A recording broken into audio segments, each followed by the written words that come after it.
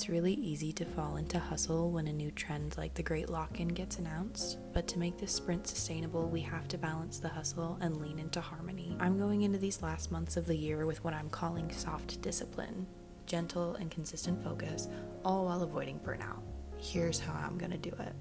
Soft discipline is my solution to having really intense drive, but also consistently burning myself out. I tend to just give 100% and then have nothing left, so I have to recharge before I can give 100% again. And I realized that I need structure, but I also need self-compassion and daily routines to make this sustainable. Soft discipline leaves room for flexibility in those structured routines while still prioritizing goal setting and rest. This reframes the Great Lock-In to be a challenge, but also a commitment to myself, so that I'm building daily habits that last beyond December 31st when the Great Lock-In ends, that I can take with me into 2026. My soft lock-in plan is broken into 3 categories: mind, body, and focus and environment. Starting with the mind, I have 3 goals that I want to complete, beginning with 3 books that I want to finish before the end of the year. In 2024, I made a goal to read 1 self-improvement or nonfiction title a month, and I can now look at those months in hindsight as a period of intense personal growth because of all the knowledge I was consuming. Reading is by far the easiest task to incorporate for me, so I will be reading 1 self-improvement title a month until the end of the year, including Breaking the Habit of Being Yourself by Dr. Joe Dispenza, The 4 Agreements by Don Miguel Ruiz, and The Creative Act, A Way of Being by Rick Rubin. All 3 of these books show you how to live an improved life. The first, proving how your brain chemistry and biology prove that you can create the life you want. The second is a self-development classic that gives you 4 simple principles to improve your life. And the third is a guidebook on how to transcend self-imposed expectations and return to true creativity. Throughout the rest of 2026, I'm also going to be focusing on journaling for at least 5 minutes a day, or at least just writing something down. Since I was a child, journaling has always been where I do my best processing and my most productive thinking. There's something about getting the words out of your brain and onto paper that helps the brain process it differently from a different perspective, which for me leads to healthier emotional regulation and clearer communication of my needs and desires. It's easier to create and maintain boundaries when my brain isn't so crowded. Speaking of boundaries, I'll also be introducing digital boundaries. My smartphone is easily the thing that disrupts my routine, kills my motivation, and adds unnecessary discourse into my life. I'm introducing what I'm calling landline mode into my routine, which is going to prohibit any notifications except texts and calls from coming through, and I'll leave my phone in the same spot on my counter anytime I'm home. I know landlines couldn't text, but times have changed, so we adapt with them. Caring for your body is one of the most important things you can do for yourself, both for the present and for the future. There are 3 ways I'm going to be caring for my body in the rest of the year. The first is to complete a gentle workout routine 3 times a week and include yoga at least one of those days or as an extra day. Committing to my 3-day workout split and including a more intention-based practice like yoga once a week will give me both muscle and strength. It'll also fortify my mind and give me space to think and improve my flexibility. The next piece of caring for my body is to avoid more processed sugars. Processed sugars are known to inflame the gut and cause all sorts of imbalances in the skin. And I recently bought some fruit and was reminded of how lovely simple fruit is. I know that sounds so silly, but I want to lean into natural sugars and put more effort into sweets, like taking time to bake instead of just reaching for candy that I can buy, and that will help balance from the inside out. The last is to focus on 1 home-cooked meal per day. I want to focus on making sure that I'm taking the time not only to slow down, but to feed myself good food that isn't just from a freezer or from takeout. The last section is for my focus and environment, which is debatably the most structured part of my Great Lock-In. I've found myself falling into these natural reset routines where I reset my space on Thursday nights and I reset my schedule on Sunday nights. I want to walk into these routines more intentionally from now on and make sure I'm honoring that time to reset my mental state and my home instead of just doing it when it's most convenient in my schedule. I'll also be prioritizing 3 deep work sessions a week. This is where the disciplined edge of the soft discipline comes in. These work blocks will keep me committed to growing my social media career and keep my content uploads consistent while giving me time to brainstorm new content and review what my audience wants to see. This may look like a couple of hours of editing or brainstorming. Either way, making sure that I'm dedicating to that time will drive my results for my goals forward. My last step for my Great Lock-In is implementing a no 0 days rule, but redefining this as showing up gently. No 0 days refers to a work philosophy where you complete at least 1 small task towards your goals every day.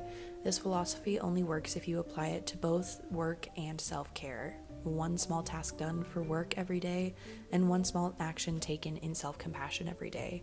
I have some recommendations for things that help me stay focused while also reminding me to be gentle with myself, and I want to share those with you so that you can use them and hopefully find help from them too. The first is my new standard issue agenda. This is a weekly planner from August 2025 to December 2026. I really like that it's spiral bound and that it has a divider up top, but also a stencil for different bullet journaling. They have their weekly page, but you also have a space for a to-do list with notes and diagrams. That's really helpful for me. You have a good monthly spread as well that also has a space for notes. In addition to classic planner pages, they also have a bucket list and goals page for things to read, places to go, trips to take. There's something I wrote on here that I don't want y'all seeing, but there's also a bill tracker for a place to write your notes, the amount and when it's due, and if you've paid it. This has kept me the most focused most recently. I also use Notion digitally to help me stay organized. My app on my phone gives me notifications 30 minutes before a task is supposed to start, so that helps me stay focused and reminds me of different tasks that I have coming up. In the desktop version of Notion, it gives you a weekly display, which helps you see what your week at a glance will look like in columns, and that helps me stay focused as opposed to just seeing written tasks on my planner as well. Something else I've been loving is cozy fall playlists on YouTube. There's not one in particular that I've been listening to. I'll just kind of look on my recommended and find one that sounds good or looks good. A lot of the time it's very Gilmore Girls, slow, acoustic, and that's very calming and it helps me stay productive. Videos like that one or like this cozy autumn playlist, I'll put those on when I'm in the shower or if I'm cooking, or sometimes that I want noise but I don't want an audiobook, just time for decompression. Following along in that cozy fall vein, I think it's important that everybody has a good cup of tea to get through the fall and stay productive. One of my favorite fall teas, and this is a favorite in my family and amongst the people I love, is the Harney & Sons Hot Cinnamon Spice Tea. You can find this brand at Barnes & Noble. It's really, really good. This tea specifically is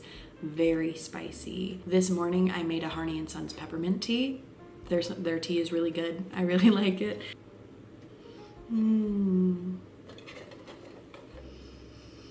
This tea smells like hot tamales. It's so good. Cinnamon is known for being anti-inflammatory, so it's good for your insides too. In traditional Chinese medicine, warm liquid is good for the body as well. Calms us down, helps balance things out. This is one of the easiest cozy winter drinks that you could have. If your Barnes & Noble has like a cafe or a paper source corner, that's usually where these are found. Sometimes I have to let it cool a little bit before I drink it because the heat of the water and the heat of the cinnamon gets to be a little too much. But this is one of the best things for calming down after a long day.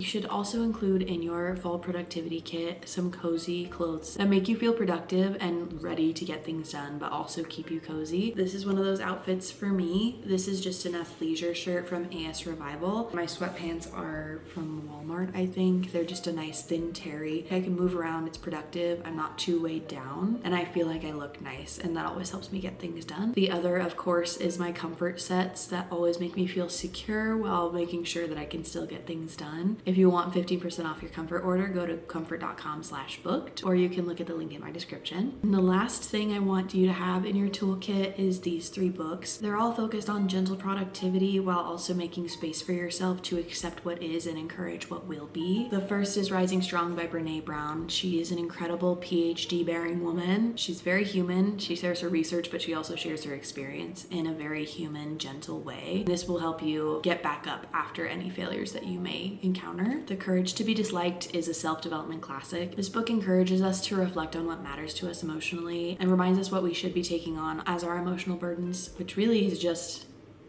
ourselves, not other people. It's really a guidebook on how to free yourself from the burden of perception. My last book is The Defining Decade, which is a huge guidebook for anybody in their 20s or even out of them. This is going to help you rethink where you are and where you want to be while not giving any explicit advice and letting you form those conclusions for yourself. These are great books to read for the rest of your year. If you're looking to read self-development books with me for the rest of the year, these 3 are ones that you can read, 1 per month through the rest of the year, and they'll change your life. you're doing the great lock-in too, try adding more self-compassion to your routines and share with me in the comments how that increased your productivity. I'd love to hear how you're incorporating your gentleness into your routines and being more kind to yourself. Tell me what your goals are in the comments so that we can keep each other accountable, and share how you would define soft discipline with me in the comments so that we can all learn from each other. I'll be updating my Instagram every Sunday when I do my weekly resets to keep us on track, so follow me there. And if you like more self-development and book content, make sure to subscribe so that you don't miss the next video. I'll see you guys in the next one. Take care.